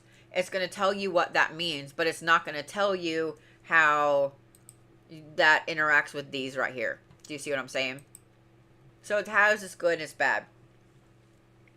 To really use the professional software, you need to know what each one of the houses mean, what each one of the planets mean, how they interact with each other, what square means, what trine means.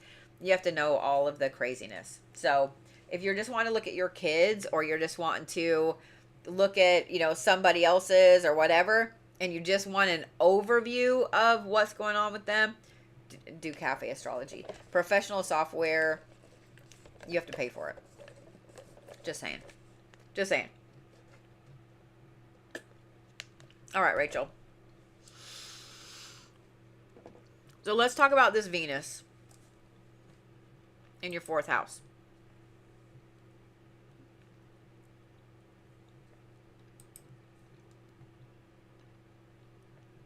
You are so uber protective of the people that you love. It is not funny. Even though you're a Libra, oh, you're a Taurus rising and a Virgo moon. Yeah, that tracks. That tracks.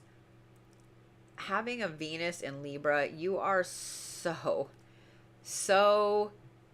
damn protective of everybody that you love and everybody that you care about, that you would Superman punch the entire earth 5 feet down if you thought that somebody was fucking with your people.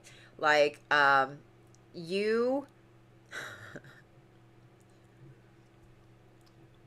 just don't mess with Rachel's people. We'll just say it that way. Just don't mess with Rachel's people.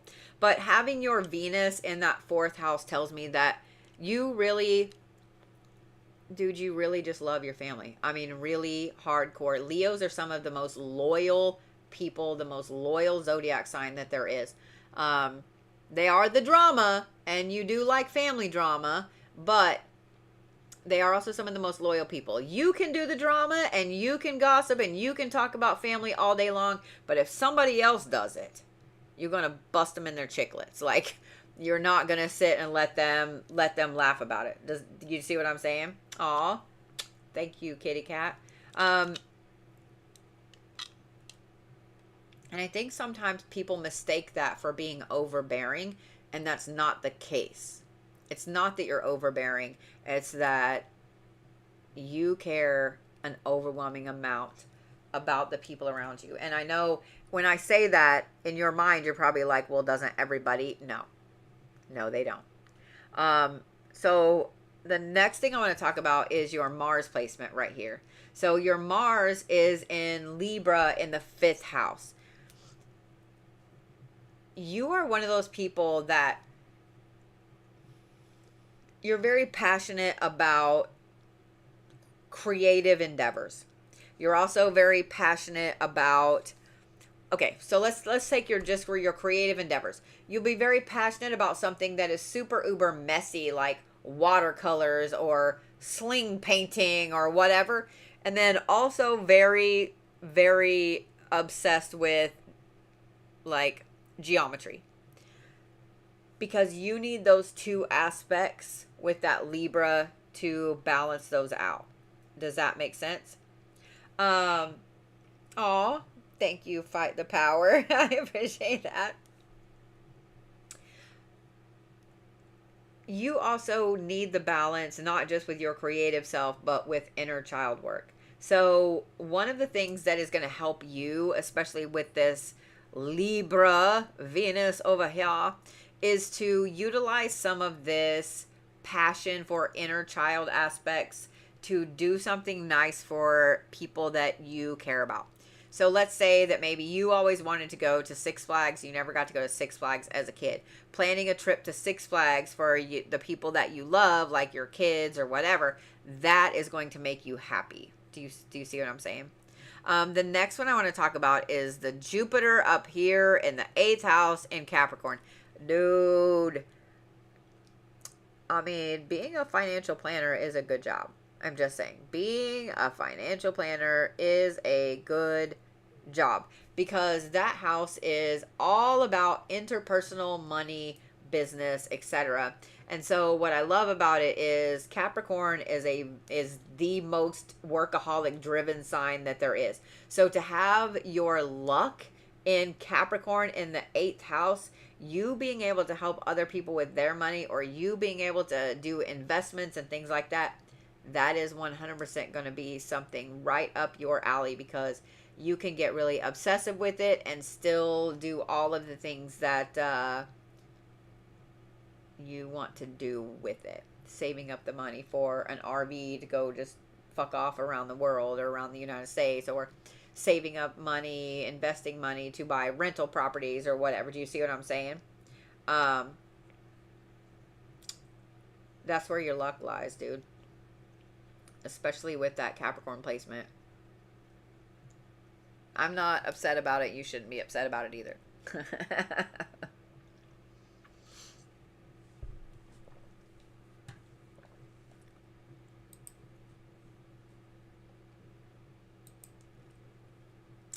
All right, I have Amy and Rebel, and those are my last two for the night. I cut my tickets off early just because my face be plugged up. My face be plugged up and can't talk. I wasn't making fun of anybody. It's just because my nose is stuffed up. Calm down. Calm down. Miss Amy, I know I have pulled your birth chart. Y'all all know exactly the feeling I'm talking about too.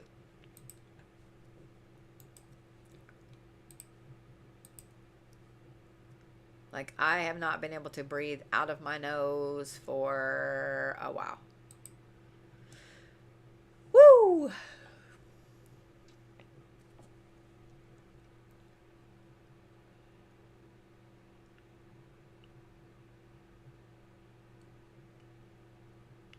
All right, Amy. Mars in Aquarius in the 1st house. Jupiter in Aries in the 2nd house. Saturn and Cancer in the 6th house. Oh, skipped right over your Venus. I'm sorry. Venus in the 3rd house in Taurus. Okay. So all of the placements we're looking at tonight are down here, which are your personal things. Personal houses. These are interpersonal houses. Your Mars in Aquarius in the 1st house. You are always and have always been someone that's very passionate about you, about yourself, about your drive, about all of the things that you do. And I know that somebody listening to me is like, well, duh, everybody's passionate about that. No, they're not.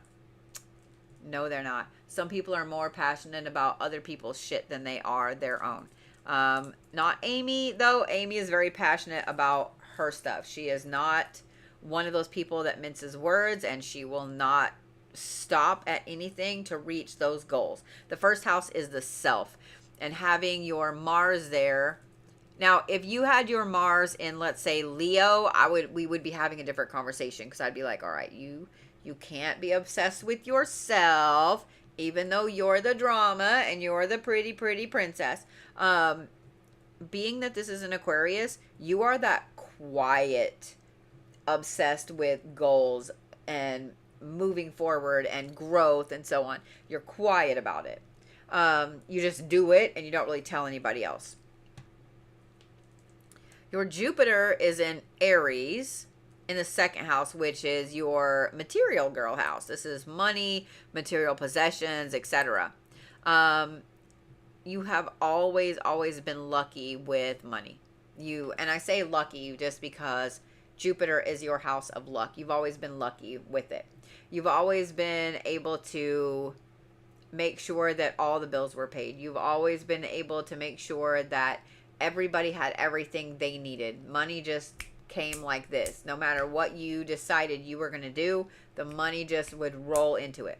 One thing that I will say about having a placement like this is that you need to make sure that you are giving back to the universe, that you are being grateful and saying thanks and so on, because even though that is a birth placement, you still want to give thanks just back, because that's going to continue that being stronger and more lucky.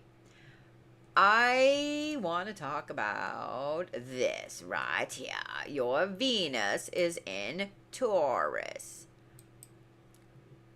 That's so funny. I literally clicked on this and it said Jupiter. Like, is not Jupiter. All right, Venus is in Taurus in the third house. Dude, you love smart people.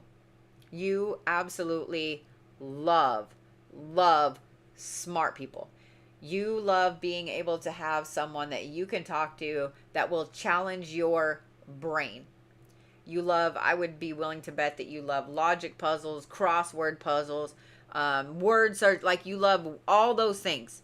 Anything that you feel is going to keep your brain sharp, you love those things. Somebody or something, whether it is a situation or job or anything like that, they really have to woo your mind a little bit before you can really commit to anything. That Taurus placement with your Venus tells me that they really have to appeal to you before anything else can happen, before you put your name behind it, before you get into that friendship or that relationship or whatever. Everything has to align up here for you to be able to do that. And you fight with yourself a lot because you don't have anything at all in your fourth house or anything at all in your fifth house. So your roots and then your creativity and your inner child, you don't have anything in either one of those. But you do have your Saturn and Cancer in the sixth house, which is health, work ethic, etc. And so when you're trying to be healthy and eat healthier, then guess what happens? You want all of these people to, because especially the ones that you consider being worthy of that attention. Since your Venus is in Taurus, you really need to make sure that you feel like somebody is worthy of the attention. And the only way they're going to be worthy of the attention is if you nag them about being better with their exercise habits or their eating habits or going to work on time or whatever. So people take that as you being pushy or you being cold or whatever. And that's not the case. The case is just that that's your love language. Your love language is really just trying to make or help everyone be better. Because your Saturn is in Cancer, it also tells me that that's a lot of karmic aspects with communication, with love in general, because you have Ceres and your Venus right there together. And then also with nailing down your hopes and dreams and being worried about what other people think of you.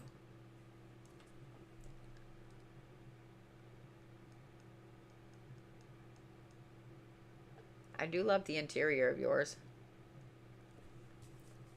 I love the crazy shapes. Look. I'm just saying. I love the crazy shapes. That's you in a nutshell.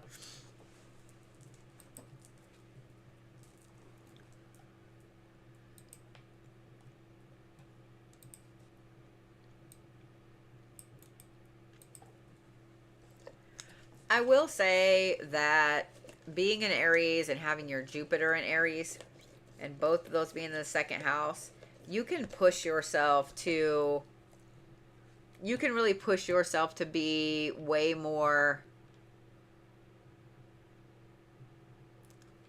I don't want to say stable because that's not the right word. You can push yourself into having way more abundance than you ever have before. Just saying. Just saying. All right. So we are going to do Rebel, who I have not created a chart for. And then I am going to go to bed and you are going to go to bed. I know you're not. I know you're going to sit and scroll on TikTok.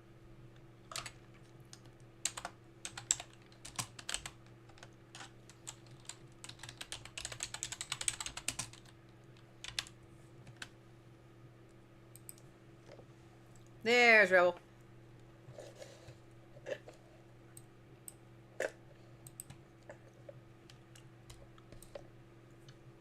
And why are you doing what you're doing? Why are you doing what you're doing?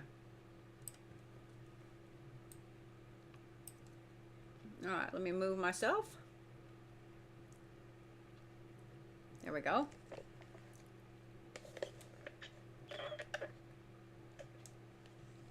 I just yeeted myself from TikTok. All right.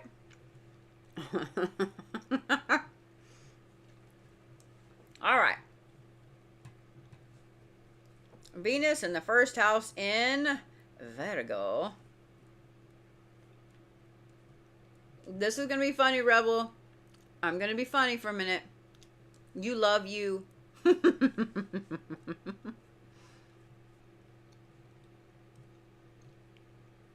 That's just barely in Scorpio right there. Your Mars is literally just barely in Scorpio in your second house. Dude, you are so fucking driven.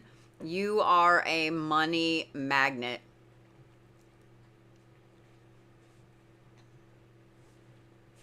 Oh, okay. But you don't feel like it because your Jupiter is in retrograde. Okay. Gotcha.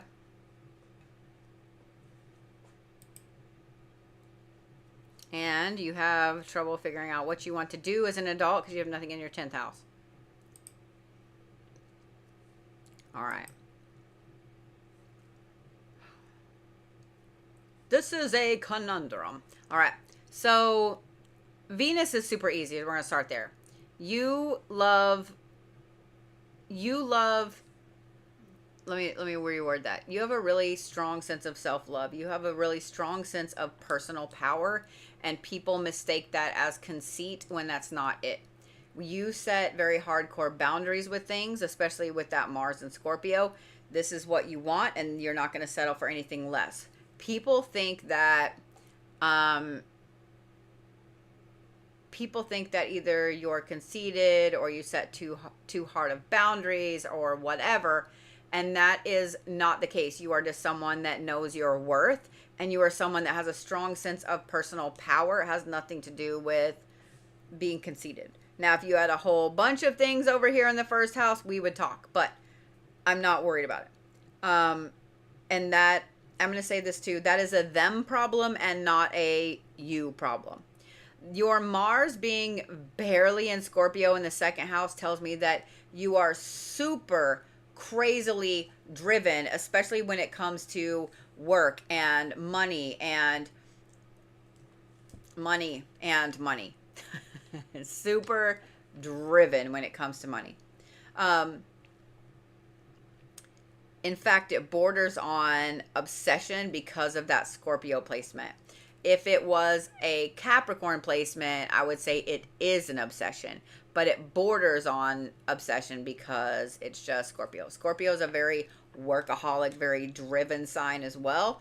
And I would say with Capricorn being the upper tippity top of this is the workaholic sign of the zodiac. Scorpio is literally right underneath it. This one right here, these other two being in retrograde are interesting. Your Jupiter being in that 5th house in retrograde in Aquarius tells me that you swing wildly back and forth between times that are uber creative, like monsoon season for creativity, and then drought for creativity. Like there's no in between, and it drives you up the wall. Or there are times that you swing very hardcore with being able to balance that inner child out and let the inner child come out and play to the point that you annoy yourself, or it is all super dry. Rebel has no inner child. Like there's no in between. And so you have a hard time sometimes making sure that your inner child, shadow work, etc., is solid because you're constantly overthinking everything that has to do with your inner child. Your Saturn being in the 8th house in retrograde tells me that this has been a stick in your side, a thorn in your side, karmic issues with other people, especially with money. In other words, you have learned the hard way more than a handful of times not to loan people money. Getting your money tied up with somebody else in a relationship has burnt the shit out of you repeatedly. Like you have just had so many karmic setbacks with interpersonal relationships, especially with money and business and so on. And the fact that your Saturn is in the 8th house and it's in Aries, this is a karmic issue that you're going to have to overcome at some point. I don't know if it'll be in this life, but at some point you have to overcome this. Part of the problem is this. Your sun sign is in the 12th house, meaning that you, and please note that this is the pot calling the kettle black. You look at everything as having a major spiritual meaning to it. There's a bug that flew in your house. Well, what kind of bug is it? And what color is it? And where did it land? And what time of the day was it? Like you overthink some of the tiniest things. And that can cause problems as well with money. You know, you're like, oh, okay, 72 is my lucky number. And my best friend Shelly said that she needs $72. You know what I mean? Like you really, oh, well, I got to give her the $72 because that's my lucky number. So you really overthink a lot of things when it comes to this interpersonal money aspect as a spiritual type of connection. And the reason I say that is because this right here is connected with your sun. And look here, this is as well. So your crazy back and forth with your creativity and with your inner child are also connected to you overlaying a spiritual meaning on every single, if your creativity is fantastic or if your creativity is dry, you lay a new meaning over all of that, and it always takes on more than it needs to, and then it snowballs from there. So my advice is going to be this: when it comes to your creative side, when it comes to your inner child work, when it comes to loaning people money or getting your money tied up with somebody else's, take a step back and just look at it for what it is. And if you have one of those friends that is super logical and super blunt, then you need to speak to them and be like, look, if I ever have this issue come up, what is it that I can do or that I need to do to get you to help me look at this very logically? Can I just text it to you? Can we have coffee? Like what's up? You need somebody that has a very logical head that can help you decipher what these things are instead of just running into it blindly. If that makes sense.